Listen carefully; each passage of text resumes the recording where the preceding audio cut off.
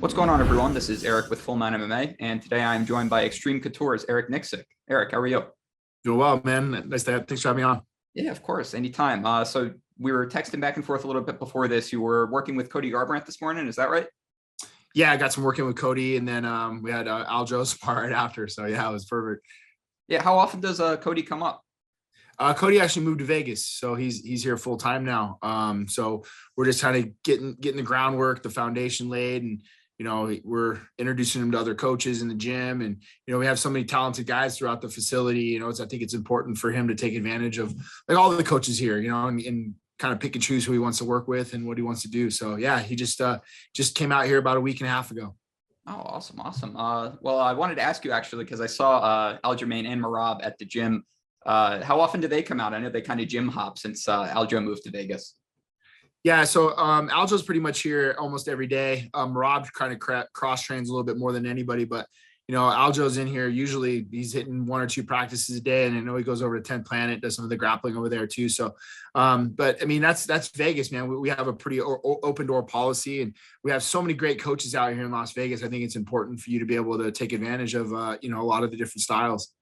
Yeah, that's incredible. Well, as someone that's working with Aljamain, as you said, almost every day, of course, he has this big rematch with Petr Yan coming up. I was wondering what your thoughts were on that fight. Oh no, I'm excited for it, man. And I think this is a fight that where obviously the first couple rounds were looking good for Aljo, and then Yan started to pick up the pace, and then Yan started to take over that fight. So I think we're on the right track. There's some adjustments that I think we can get better at and make as as a team. But for the most part, I think injury wise and, us getting our foundation kind of laid a little bit better, me being closer with Ray and Matt and kind of understand what they want and they need. I'm literally looking forward to that rematch. Yeah, definitely. And how is his health? I know that was the big concern going in. I talked to Merab a couple of weeks ago about it, but how, can you tell any differences with how he trains now? Is he feeling better? Yeah, I mean, he's not hampered by a bunch of injuries. Like this camp has been much smoother as far as last camp was a very much day to day, like how he felt, how his neck felt, how his arm felt, and we were just kind of almost patchwork the training sessions on how his body felt. Whereas this camp has just been really we know what we have going on that day. We can push his body pretty hard. So if you have a hard cardio session, he's not dead for the next day and a half. He's ready to jump back in and do something, maybe even that same day if we had a morning and night session. So I think just getting familiar with each other first and foremost, but his body now allowing him to kind of push the limit a little bit has been pretty nice for us. Awesome. Well, switching gears a little bit, you had a big weekend, Sean Strickland getting this big win over Jack Hermansson in the main event. How happy were you with this performance? I was very happy. I thought it was a very workmanlike performance. People were saying, I know he was critical of his performance. Like he could have done more. I think he just fought very smart, to be quite honest with you. He didn't really have to force anything that wasn't really there. He was dictating that pace with his jab, and he was defending the takedowns well. He was owning the center of the octagon well. So it wasn't the most flashy, maybe fan-friendly fight in my opinion, but that wasn't our job. Our job was to get a win and keep him on that winning streak.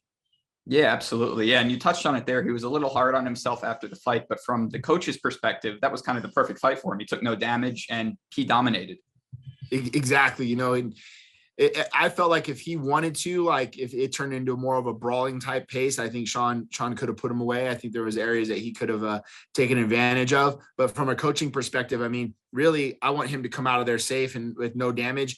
And really, only damage he saw was on the calf kicks and stuff like that. So he did a great job staying efficient and not getting hit too much, and keeping his butt off the ground as well.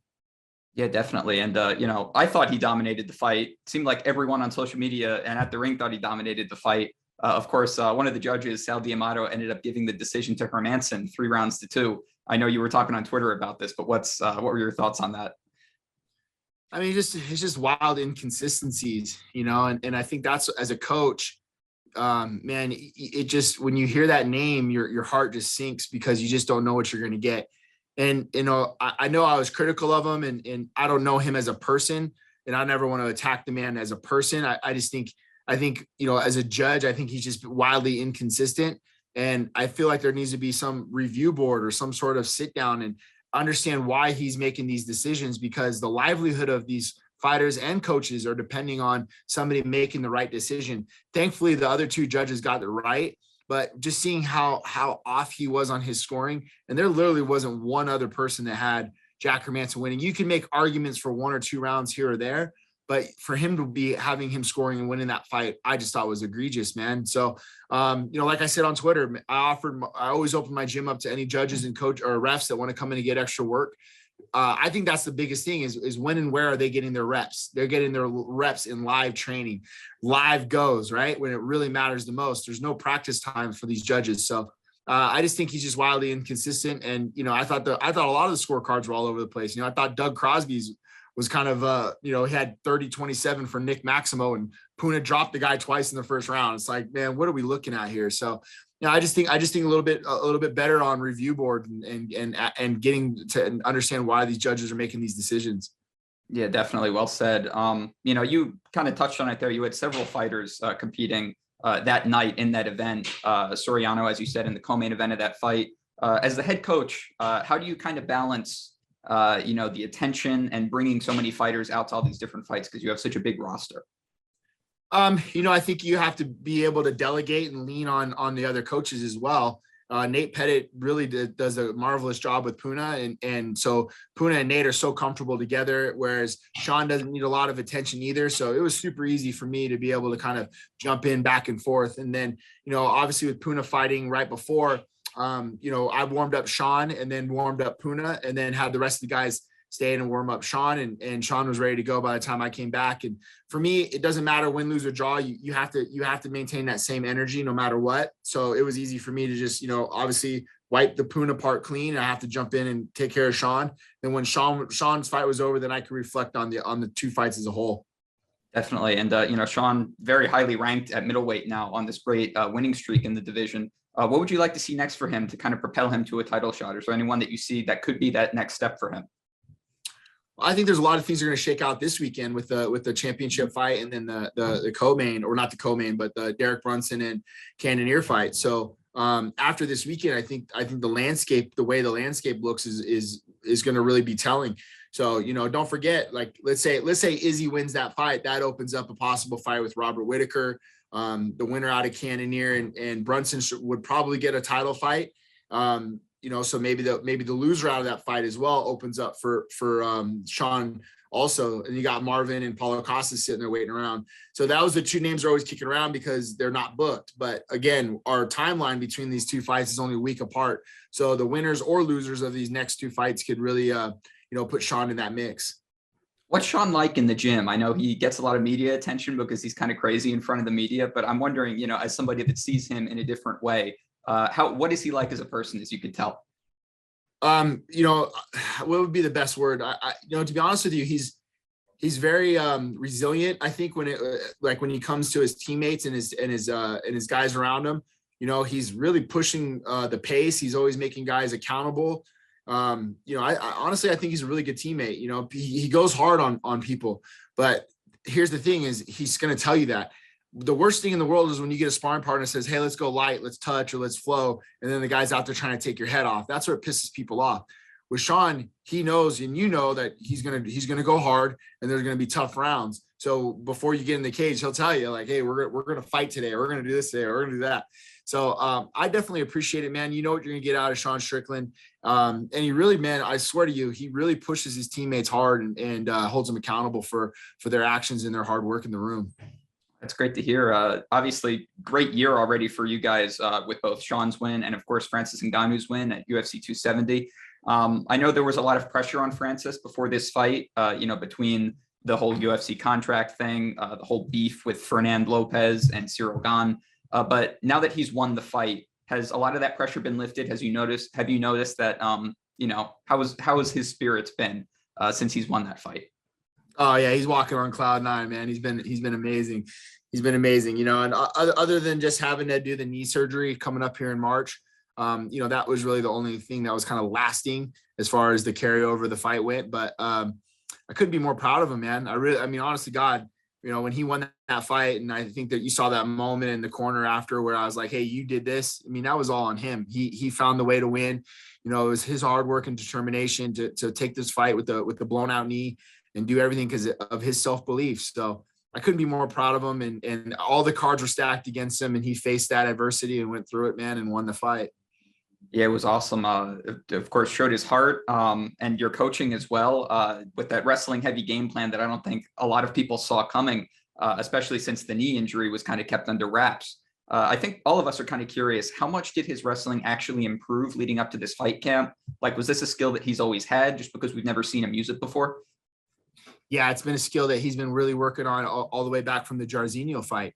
And in the Jairzinho fight, we actually, I think, really grapple heavy that whole camp.